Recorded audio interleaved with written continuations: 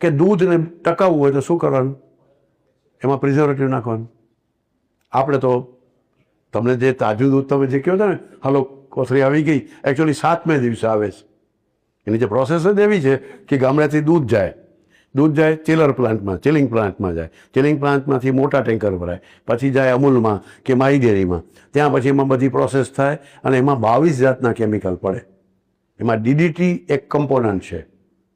DDT એમાં જંતુ મારી નાખે ને, કે જંતુ વગરનું દૂધ દેવું છે લોકોને, હાઈ ક્લાસ હેલ્ધી દૂધ દેવું છે, એટલે ડીડીટી એટલે એ જંતુને મારનારો પદાર્થ.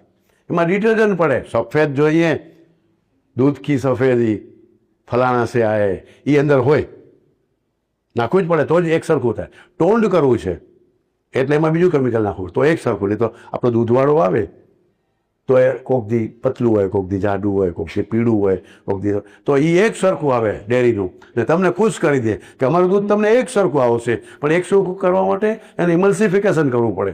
ઇમલ્સિફિકેશનમાં ખાસ કેમિકલ નાખવું પડે તો એ એક સરખું આવે, એક સરખો કલર, એક સરખી કન્સિસ્ટન્સી, એક સરખી ઘનતા, એ બધું આવે. 22 કેમિકલ નાખે, પછી એને પાઉચમાં ભરે, પ્લાસ્ટિકમાં. એ પાઉચમાં ભરાય, પછી જાય બહારે અને તમારા ઘર સુધી પહોંચે, પાછું ધોળકા થઈને, આમ બગોદરા થઈ, લીંબડી, ચોટીલા થઈને પહોંચે. એ 7મે દિવસે આવે. 15 રૂપિયાનું દૂધ આ બધા પ્રોસેસના કારણે, સમયના કારણે, પ્રિઝર્વેટિવ નાખવાના કારણે 35 રૂપિયાનું, કેટલી કોથળી કેટલાની આવે છે? 500 ml, 32 કે 35. તો એ એકચ્યુઅલી 15 રૂપિયાની કિંમત છે. જો તમારા ઘર પાસે હોય એમાં એનાથી જેટલી કિંમત છે એનાથી વધારે પ્રોસેસમાં ખર્ચો થાય, અને પાછું તમને 7મે દિવસે મળે, અને બગડે નહીં એટલે પ્રિઝર્વેટિવ નાખવું પડે, સોડિયમ બેન્ઝોઇક.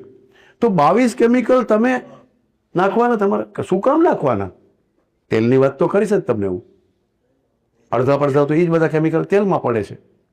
આ તો દૂધ એકદમ ઘરે આવતી રોજની વસ્તુમાં પણ તમને કાંઈ જ ખબર નથી કે કેમ આવે છે, અને તોય થપ્પો એનો લાગે, ISIનો થપ્પો લાગે, એનો ફૂડ સેફ્ટી અને સિક્યોરિટીનો. કોણ નક્કી કરશે આ બધું? તમારે નાગરિકે નક્કી નહીં કરવાનું, જેણે ખાવું છે એણે, જે પૈસા આપે છે એણે.